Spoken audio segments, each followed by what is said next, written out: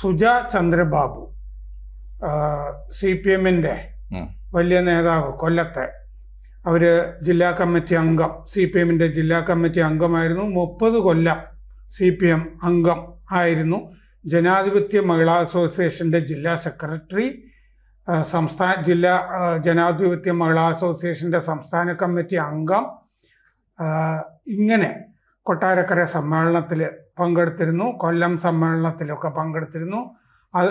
അതിൽ വെച്ചിട്ട് ജില്ലാ കമ്മിറ്റിയിലേക്ക് എത്തി.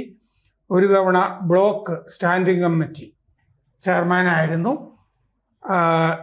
അഞ്ചൽ പഞ്ചായത്ത് പ്രസിഡന്റ് ആയിരുന്നു അവര് 3 തവണ. അപ്പോൾ സുജ ചന്ദ്രബാബു CPM മുസ്ലിം ലീഗില് കഴിഞ്ഞ ദിവസം സാദിഖ് അലി ശിഹാബ് തങ്ങൾ അവർക്ക് അംഗത്വം കൊടുക്കുമ്പോൾ അവർ സാധാരണഗതിയിൽ എല്ലാവരും പറയുന്നത് പോലെ ഒരു സ്ഥാനവും മോഹിച്ചിട്ടല്ല മുസ്ലിം ലീഗിലേക്ക് വന്നത് എന്ന വിനയം പ്രകടിപ്പിച്ച് കണ്ടു. പക്ഷേ നമ്മളൊക്കെ മനസ്സിലാക്കുന്ന അവർ പുനലൂരിൽ സ്ഥാനാർത്ഥിയാകാൻ സാധ്യതയുണ്ട് എന്നാണ്. മാത്രമല്ല, ജയന്തി എന്ന് പറഞ്ഞിട്ടൊരു ദേശീയ സെക്രട്ടറി ഉണ്ട്. ജയന്തിയും ഇത്തവണത്തെ തെരഞ്ഞെടുപ്പിൽ സ്ഥാനാർത്ഥിയാവും. അപ്പൊ അവര് കുറേയും കൂടി മതേതര പാർട്ടിയാണെന്ന് സമൂഹത്തിന്റെ മുമ്പിൽ ലീഗ് ബോധിപ്പിക്കാൻ ശ്രമിക്കുകയാണെന്ന് തോന്നുന്നു. കുറെ ഹിന്ദുക്കളെ കൂടി മുസ്ലിം ലീഗിലേക്ക് പിടിച്ചുകൊണ്ട് വന്നിട്ട്. അപ്പോ ഈ മുസ്ലിം ലീഗിലെ മാറ്റത്തിന് മാഷ് എങ്ങനെയാണ് കാണുന്നത്? പ്രത്യക്ഷമായിട്ട് മുസ്ലിം ലീഗിന്റെ ഭാഗത്ത് നിന്നുള്ള ഈ നീക്കത്തെ തീർച്ചയായിട്ടും പരിശോധിക്കേണ്ടതുണ്ട്. അതിന്റെ മുമ്പ് എനിക്കൊന്ന് വളരെ ഇമ്മീഡിയറ്റ് ആയിട്ടുള്ള ഒരു റെസ്പോൺസ് ആയിട്ട് ഇതിനെ എടുത്തു കഴിഞ്ഞാൽ, CPM പച്ചക്ക് യാതൊരു മറയുമില്ലാതെ വർഗീയ കാർഡ് ഇറക്കി കളിക്കാൻ തുടങ്ങിയപ്പോൾ ഒരു നല്ല കമ്മ്യൂണിസ്റ്റുകാരിക്ക് വേണമെങ്കിൽ കൊടുക്കാവുന്ന ഏറ്റവും മാരകമായൊരു ഡോസാണ് ഈ അടി. അങ്ങനെയാണെങ്കിൽ പ്രത്യക്ഷത്തിൽ ഒരു മുസ്ലിം പാർട്ടിയിലേക്ക് ഞാൻ പോയി ചേരുന്നു. സുജാ ചന്ദ്രബാബു എന്താണെന്നറിയാമോ പറഞ്ഞ, എന്റെ പാർട്ടിയായിരുന്ന CPM ഇപ്പൊ വർഗീയത പറയുന്നു, അതുകൊണ്ട് ഞാൻ ലീഗിൽ ചേരുന്നു എന്ന് അവർ പറഞ്ഞു. ആ പ്രതികരണം വളരെ സാന്ദർഭികമാണ്, മോസ്റ്റ് പൊളിറ്റിക്കലാണ്, അങ്ങേയറ്റം ഹൃദയവേദനയോടെ കൊടുക്കാവുന്ന ഒരു പ്രതിഷേധമാണ്. അതിനെയാണ് ഞാൻ ആദ്യം മാർക്ക് കൊടുക്കുന്നത്. അതിനാണ് ഈ സുജാ ചന്ദ്രബാബു ചെയ്യുന്നത്. ഏത് കാലത്താണ്? ബാലൻ വളരെ പരസ്യമായിട്ട് വൃത്തികേട് പറഞ്ഞ കാലത്ത്, സജി ചെറിയാൻ പറഞ്ഞ കാലത്ത്, AK ബാലൻ പറഞ്ഞ കാലത്ത്, ഈ ഒളിഞ്ഞും തെളിഞ്ഞും പ്രത്യക്ഷമായി വർഗീയത വേണ്ടി വെള്ളാപ്പള്ളി നാട് നീളെ പറഞ്ഞുകൊണ്ടിരിക്കുമ്പോഴാണ് വെള്ളാപ്പള്ളിയുടെ തന്നെ സമുദായക്കാരിയായ SNDP യോഗത്തിന്റെ സജീവ അംഗവും പ്രവർത്തകയും ഒക്കെ ആയിട്ടുള്ള CPM-ന്റെ ആ വഴിയിൽ വന്ന് CPM-ൽ ചേർന്ന് വലിയ തോതിൽ നേതൃത്വത്തിൽ വന്ന ഒരാൾ, ജനകീയ അംഗീകാരം നേടി 3 തവണ പഞ്ചായത്ത് പ്രസിഡന്റായ ഒരാൾ. അവർ ഈ സമയത്ത് എനിക്ക് തോന്നുന്നു മറ്റാരും കൊടുത്തതിനേക്കാൾ ഏറ്റവും വലിയ ഡോസ് CPM-ൽ നിന്ന് ആയിഷ പോറ്റി പോയിട്ട് കോൺഗ്രസ് ചേർന്നതിനേക്കാളും വലിയ അടിയാണിത്. കടുത്ത വർഗീയത പറയുമ്പോൾ പ്രത്യേകിച്ച് മുസ്ലിം വിരുദ്ധതയാണല്ലോ ഈ പറഞ്ഞുകൊണ്ടിരിക്കുന്നത്. ആ സമയത്ത് അങ്ങനെയാണെങ്കിൽ ഇതിനേക്കാളും ഭേദം. പെട്ടെന്ന് എനിക്ക് തോന്നിയൊരു കാര്യം പിന്നീട് പറയാൻ സാധ്യതയില്ലാത്തതുകൊണ്ട് പറയാം. സഖാവ് കുഞ്ഞികൃഷ്ണനും മുസ്ലിം ലീഗ് ചേരാവുന്ന ഈ സമയത്ത് പറയാവുന്ന ഒരു പണി അതാണ്. ഇവർക്ക് പ്രതിഷേധത്തിന്റെ അങ്ങേ അറ്റമാണ് ഈ കാണുന്നത്. ഒന്ന്, ഇനി സാറ് ആദ്യം ചോദിച്ച കാര്യം, മുസ്ലിം ലീഗ് പുതിയ കാലത്ത് സ്വീകരിക്കുന്ന സമീപനം ഈ ഹിന്ദുക്കളെ കൂടി ചേർത്ത് അല്ലെങ്കിൽ അമുസ്ലിങ്ങളെ കൂടി ചേർത്തിട്ട് മതേതര പാർട്ടിയുടെ ഒരു മുഖമുണ്ടാക്കി കളയാം എന്ന ഒരു രീതിയോ ഒരു മോഹമോ ഒക്കെ സാദിഖ് അലി തങ്ങൾ ഇപ്പോൾ കാണിക്കുന്നുണ്ട്. അതിന്റെ 2-3 ഉദാഹരണങ്ങൾ അടുത്ത കാലത്ത് നമ്മൾ കണ്ടു. ഇപ്പൊ ഈ ജയന്തി എന്താണ് അവരുടെ മുഴുവൻ പേര്, ജയന്തി അവരുടെ അഖിലേന്ത്യാ സെക്രട്ടറിയാണ്. അപ്പോൾ അങ്ങനെ ഒരു നീക്കം കൊണ്ടുവന്നിട്ടുണ്ട്. അതാണ് അഖിലേന്ത്യാ തലത്തിൽ. ഇപ്പോൾ മലപ്പുറത്താണെങ്കിൽ കണ്ടത് ഈ സ്മിജി ഉണ്ണികൃഷ്ണൻ, AP ഉണ്ണികൃഷ്ണന്റെ മോള് സിമിജി ജില്ലാ പഞ്ചായത്ത് വൈസ് പ്രസിഡന്റ് ആക്കി എന്നുള്ളത് 2 വഴിക്കാണ്. ഒന്ന്, സംവരണ സീറ്റ് അല്ലാതെ ജനറൽ സീറ്റിൽ നിർത്തി ജയിപ്പിച്ചു. എല്ലാ സീനിയേഴ്സും ഉള്ളപ്പോൾ സീനിയേഴ്സ് ആയിട്ടുള്ള എല്ലാവരെയും മറികടന്നുകൊണ്ട് ആ ചെറുപ്പക്കാരി പെൺകുട്ടിയെ കൊണ്ടുവന്ന് വൈസ് പ്രസിഡന്റ് ആക്കി. തീർച്ചയായിട്ടും നല്ല മാതൃക. ആ മാതൃകയുടെ പക്ഷേ അതിലൂടെ അവർ പറയാൻ ശ്രമിക്കുന്നത് ഞങ്ങൾ അമുസ്ലിങ്ങളെ ചേർത്ത് വലുതാക്കുന്നു.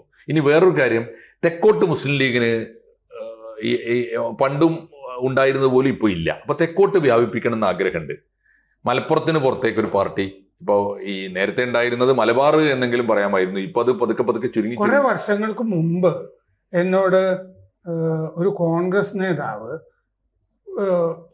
ചോദിച്ചു, ഗുരുവായൂർ ലീഗിന്റെ സീറ്റാണ്, പക്ഷെ ഒരു ഹിന്ദു വലിയ ക്ഷേത്രമൊക്കെ നിൽക്കുന്ന സ്ഥലമാണ്, ലീഗിന് അവിടെ ഒരു ഹിന്ദു സ്ഥാനാർത്ഥി, അതൊരു സ്ത്രീ ആണെങ്കിൽ കൊള്ളാമെന്നുള്ള ആഗ്രഹമുണ്ട്, ഒരാൾ നിർദ്ദേശിക്കാമോ എന്ന് ചോദിച്ചു.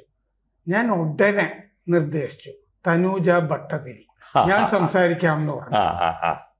അവര് ലളിതാംബിക അന്തർജനത്തിന്റെ കുടുംബമാണ്. നല്ല അത് എന്ത് പിന്നെ സ്വീകരിക്കപ്പെട്ടില്ല അല്ലെ? ആ നിർദ്ദേശം ഒന്നും ആ വഴിക്ക് പോയില്ല. എന്തായാലും അന്നൊന്നും ഇവർക്ക് ഇത്രയും ലീഗ് മാറിയിട്ടില്ല. ആ ലീഗ് ഇന്നത്തെ ലീഗ് ആയിട്ടില്ല. പക്ഷെ അതിനൊരു അപകടം ഉണ്ടെന്ന് എനിക്ക് തോന്നുന്നത്. ലീഗ് സത്യത്തിൽ മുസ്ലിം പേര് ഇപ്പോൾ അവർക്ക് ഭീഷണിയായി വരുന്നത് എന്താ? ഒന്ന്, മുസ്ലിം എന്ന പേരുള്ളത്.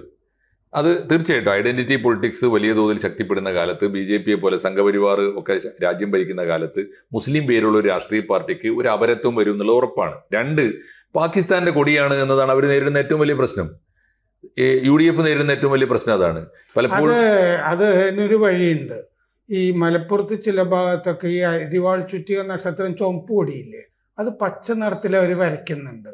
അപ്പൊ മുസ്ലിം ലീഗിന്റെ കൊടി വേറെ നിറത്തിൽ വേണമെങ്കിൽ ചോപ്പിൽ വരക്കേണ്ടി വരും ഇനിയിപ്പോ. അതല്ലോ അപ്പൊ ഞാൻ പറഞ്ഞ കാര്യം ഇതാണ്. അപ്പോ മുസ്ലിം സമുദായത്തിന്റെ പേര് പറയുകയും മുസ്ലിം സമുദായത്തിന്റെ അഭിമാനകരമായ ഓണറബിൾ എക്സിസ്റ്റൻസ്, അതാണല്ലോ മുദ്രാവാക്യം. പക്ഷെ കോൺസ്റ്റിറ്റ്യൂഷനിലാണ് ഞാൻ പറയുന്നത്. നമ്മളിപ്പോ ഈ SDPI പോലെ ജമാഅത്തെ ഇസ്ലാമി പോലെ ഒരു പാർട്ടിയല്ല, മതരാഷ്ട്രവാദികളല്ല, കോൺസ്റ്റിറ്റ്യൂഷനിലാണ്. ഇന്ത്യൻ കോൺസ്റ്റിറ്റ്യൂഷനാണ് അവർക്ക് ഏറ്റവും പ്രധാനം. രാജ്യത്തിന് വേണ്ടി അവർ കോൺട്രിബ്യൂട്ട് ചെയ്യുന്ന സംഭവമൊക്കെ ശരിയാണ്. മാറി മാറി വന്ന എല്ലാ മുന്നണികളെയും കൂടെ ഭരിച്ചിട്ടുണ്ട്.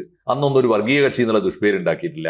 ഈവൻ കുറച്ചു കാലത്തേക്കായാലും മുഖ്യമന്ത്രി പോലും ആയിട്ടുണ്ട് മുസ്ലിം ലീഗ്. പക്ഷേ മുസ്ലിം ലീഗ് മുസ്ലിം എന്ന പേരും ഈ പച്ചക്കൊടിയും ഒക്കെ ഉള്ളപ്പോൾ ആ കൊടിയും പേരുമാണ് അവരുടെ ഏറ്റവും പ്രധാനപ്പെട്ട പ്രശ്നം. അതിന് കുറച്ച് ഹിന്ദുക്കളെ ചേർത്തിട്ട് ഞങ്ങളുടെ കൂട്ടത്തിൽ ഹിന്ദുക്കളും ഉണ്ടെന്ന് പറഞ്ഞതുകൊണ്ടായില്ല.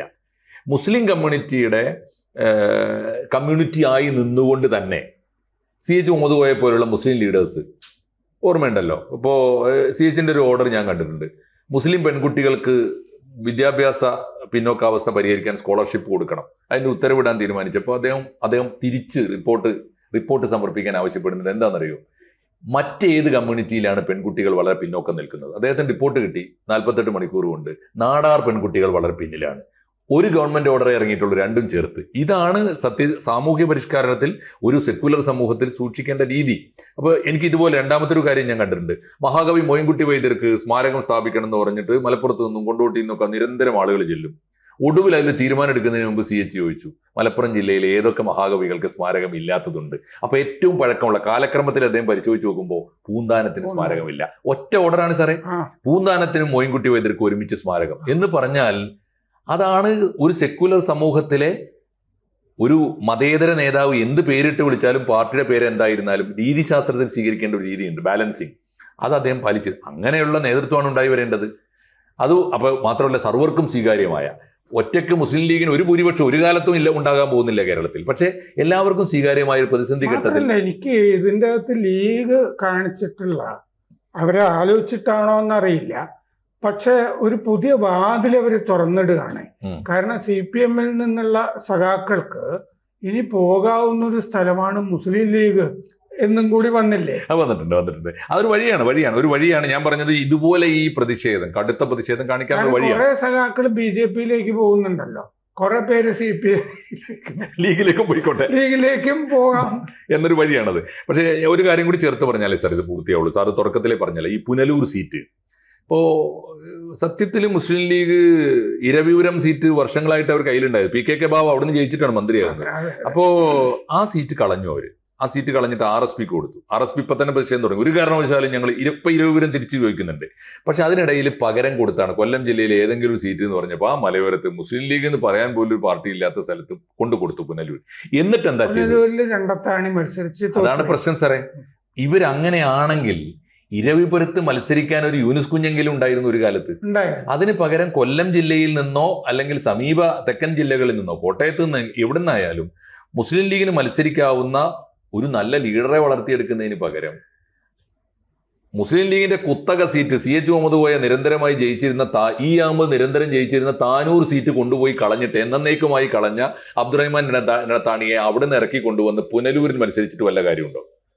അതുകൊണ്ട് ആ സീറ്റിൽ ഇനി എങ്ങനെയെങ്കിലും ഇനി ഒരാൾ മത്സരിക്കണമെന്നുണ്ടെങ്കിൽ മുസ്ലിം ലീഗിന് തന്നെ ഒരു നേതാവിനെ ഉണ്ടാക്കിയെടുക്കുക എന്ന ശ്രമകരമായ ജോലിയാണ് ലീഗ് ചെയ്യേണ്ടത്.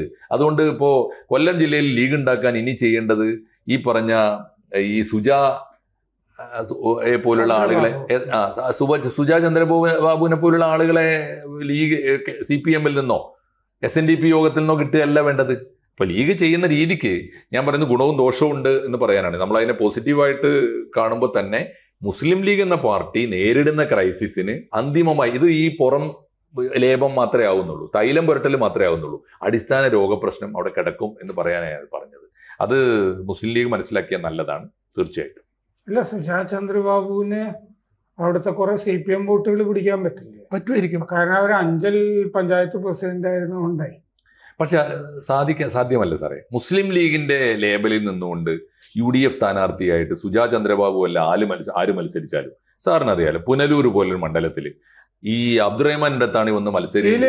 ഞാൻ ആലോചിച്ചുകൊണ്ടിരിക്കുന്ന ഒരു കാര്യം, കുറെ കഴിയുമ്പോൾ ഈ 50% സ്ഥാനാർത്ഥികളൊക്കെ ഈ വനിതകൾ വരുമല്ലോ. അപ്പോ ഈ മുസ്ലിം വനിതകളെ തന്നെ കിട്ടാതിരിക്കും എന്നങ്ങനെ അവസ്ഥയുണ്ടോ? അങ്ങനെയാണെങ്കിൽ സുജയെ മലപ്പുറത്തോ മറ്റോ കൊണ്ടുപോയി മത്സരിപ്പിക്കാമല്ലോ കുറച്ച് കഴിയുമ്പോൾ. അതൊക്കെ വേണ്ടി വരുമായിരിക്കും. പക്ഷെ അപ്പോഴേക്ക് വേറെ കാര്യമുണ്ട് സാറേ. മുസ്ലിം സമുദായത്തിലെ പെൺകുട്ടികൾ വളരെ മുന്നേറുന്നുണ്ട്. അവർ പൊളിറ്റിക്കലാണ്, അവർ നല്ല വെൽ എഡ്യൂക്കേറ്റഡ് ആണ്, ആണുങ്ങളെക്കാൾ കഴിവും സമർത്ഥ്യമുള്ളവരാണ്. 2019 ഇത് ഇപ്പൊ തന്നെ ഒരു ഭീഷണി ഉണ്ടല്ലോ. കാരണം മുംതാസ് BJP കൗൺസിലറായിട്ട് തൃശ്ശൂർ വന്നല്ലോ. അപ്പോ മുസ്ലിം ലീഗ് മുസ്ലിം വനിതകളെ സ്ഥാനാർത്ഥിയാക്കുന്നില്ല എങ്കിൽ BJP സ്ഥാനാർത്ഥിയാകുന്ന ഒരു അവസ്ഥ വരും. അത് മാറ്റാനായിട്ട് ലീഗ് തന്നെ മുസ്ലിം വനിതകളെ സ്ഥാനാർത്ഥിയാക്കുകയാണ് നല്ലത്. ആ മുസ്ലിം വനിതകൾ മത്സരിക്കും, അത് തർക്കമില്ല. അപ്പൊ ഇപ്പൊ 2019 ശേഷം തുടങ്ങാൻ പോകുന്ന സംവരണത്തിൽ നിയമസഭയിലും ലോക്സഭയിലും 1/3 വരാൻ പോകുന്നത്. ക്രമേണ അത് 50 ആവുമായിരിക്കും. അപ്പോഴേക്കൊക്കെ മലപ്പുറത്ത് ഇപ്പൊ തന്നെ പെൺകുട്ടികൾ മത്സരിക്കാൻ യാതൊരു ബുദ്ധിമുട്ടില്ല. അവർക്ക് മുസ്ലിം ലീഗിന് തന്നെ ധാരാളം ആളുകൾ ഒരു ബുദ്ധിമുട്ടില്ലാതെ കിട്ടും. അതൊന്നും ഒരു പ്രയാസം വരില്ല. പക്ഷെ മുസ്ലിം ലീഗ് ചെയ്യേണ്ട പണിയും അതാണ്. അതിനുള്ളതാണല്ലോ മുസ്ലിം ലീഗ്. മുസ്ലിം സമുദായത്തെ വിദ്യാഭ്യാസപരമായും സാംസ്കാരികമായും രാഷ്ട്രീയമായും ശക്തിപ്പെടുത്താനുള്ളതാണല്ലോ. അതാണ് അവർ ചെയ്യേണ്ടത്. അതിന് പകരം ഈ ചെപ്പടി വിദ്യ കൊണ്ടൊന്നും പ്രത്യേകിച്ച് മുസ്ലിം ലീഗിന്റെ ഒരു രാഷ്ട്രീയത്തിന് ശരിയായ വഴിയല്ല അത് എന്നാണ് എനിക്ക് തോന്നുന്നത്. എന്തായാലും സത്യത്തില് ഈ സന്ദീപ് വാര്യരെ മുസ്ലിം ലീഗ് സ്ഥാനാർത്ഥിയായിട്ട് പരിഗണിക്കാവുന്നതാണ്, ശരിയല്ലേ? തീർച്ചയായിട്ടും പരിഗണിക്കട്ടെ അവര്. എന്തായാലും ഇത് വളരെ പ്രധാനപ്പെട്ട ഒരു പൊളിറ്റിക്കൽ ഇഷ്യൂ ആയി ഒരു ഡിബേറ്റ് ആണ്. ചർച്ചയ്ക്ക് വരട്ടെ സുജാ ചന്ദ്രബാബു. കൂടുതൽ വാർത്തകളും വിശേഷങ്ങളും നിങ്ങളിലേക്ക് എത്താൻ ABC മലയാളം സബ്സ്ക്രൈബ് ചെയ്യുക, ബെൽ ബട്ടണും അമർത്തുക.